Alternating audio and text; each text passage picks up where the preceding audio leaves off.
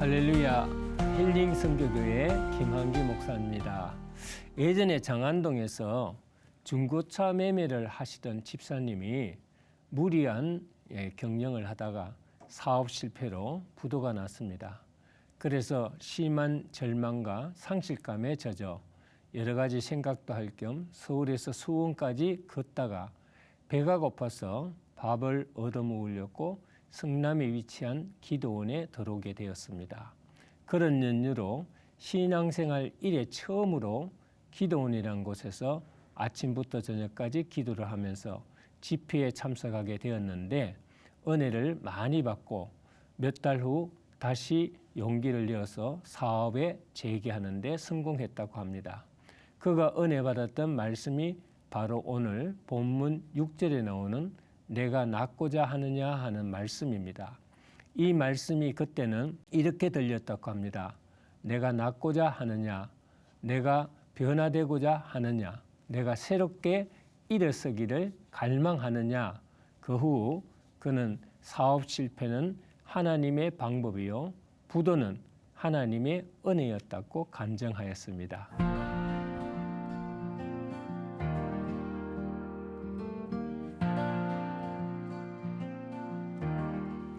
절망 가운데 주저앉아 있는 사람들이 많지요. 요한복음 5장 2절 6절을 보면은 예루살렘에 있는 양문 곁에 히브리 말로 베데스다라고 하는 연못이 있는데 거기 38년 된 병자가 있더라. 예수께서 그 누운 것을 보시고 병이 벌써 오랜 줄 아시고 이르시되 내가 낫고자 하느냐라고 했습니다. 예수님께서 명절을 지내러 예루살렘으로 오셨다가 그 목가를 찾게 되었습니다.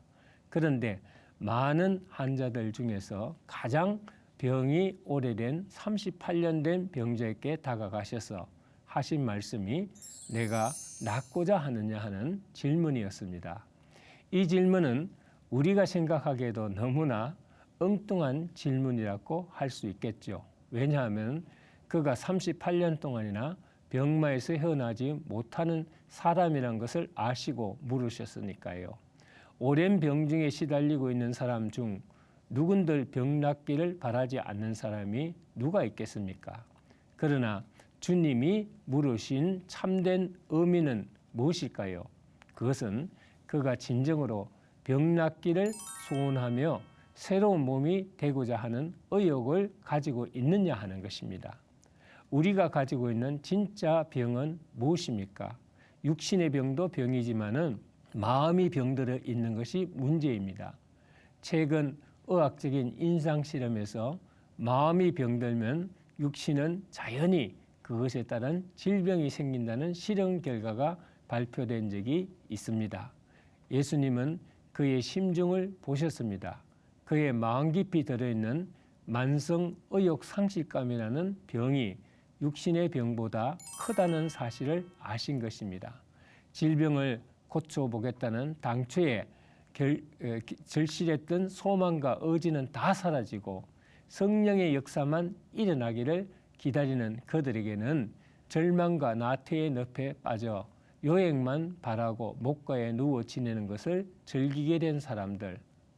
예수님은 그들 중에서도 가장 오랫동안 그렇게 지내온 사람을 골라서 전국을 찌름으로써 충격과 도전을 유도하려고 하신 것입니다. 우리 역시 살면서 나는 누구인가 하는 정체성을 잃고 절망과 좌절 가운데 주저앉아서 의미 없는 삶을 살고 있다면 만성 의욕 상실증에 걸린 사람이나 다를 것이 하나도 없습니다. 정말 변화된 삶을 살기를 원하십니까? 이런 우리들에게도 예수님은 똑같은 질문을 하십니다. 내가 낫고자 하느냐? 이 말씀은 정말 내가 낫고자 하는 열망이 있느냐? 정말 내가 낫고자 하는 마음을 가지고 있느냐 하는 것입니다. 여러분은 예수님께서 이렇게 질문하시면 어떻게 대답하실지 궁금합니다. 왜냐하면 본문에 38년 된 환자의 대답은 정말로 황당한 대답을 하고 있기 때문입니다. 이 질문에 대한 답을 보면 그는 예, 아니요가 아니라 자신의 정확한 의사는 밝히지 않고 엉뚱한 변명을 하고 있습니다. 주여, 물이 동할 때에 나를 못새 넣어줄 사람이 없어서 내가 가는 동안에 다른 사람이 먼저 내려가나이라고 했습니다. 그의 말 속에는 두 가지 생각이 있죠. 불평과 핑계가 들어 있습니다. 오늘 본문의 38년 된 한자를 보면 그는 의욕상실증뿐만 아니라 자기의 책임을 남에게 전가하는 핑계병과 불평불만이라는 병에 걸려 있음을 우리는 알 수가 있습니다. 변화된 삶을 원하십니까? 치유받고 새로운 삶을 원하십니까?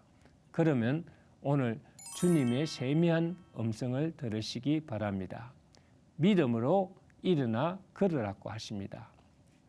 본문 8절 9절을 보면은 예수께서 이르시되 일어나 내 자리를 들고 걸어가라 하시니 그 사람이 곧 나에게 자리를 들고 걸어가니라. 기독교가 우리에게 제시하는 가장 핵심적인 메시지 중 하나가 우리도 새롭게 변화될 수 있다는 것입니다. 완전히 변해서 새로운 삶을 살 수 있다는 것입니다. 도저히 소생할 수 없는 사람이라도 하나님은 치유하고 새롭게 변화되게 하셔서 새로운 삶으로 전환시켜 주신다는 것입니다. 사람은 누구든지 인생을 살다 보면 오르막길도 있고 내리막길도 있기 마련입니다. 문제는 오르막에 있을 때 각별히 조심해야 하고 겸손해야 합니다. 또한 내리막길에 있을 때는 너무 낙심하거나 절망할 필요가 없다는 것입니다. 믿음의 사람은 이럴 때 너무 쉽게 좌절하고 절망하여 주저앉아 있으면 안 된다는 것입니다. 뒷걸음질하고 있는 사람은 누구입니까?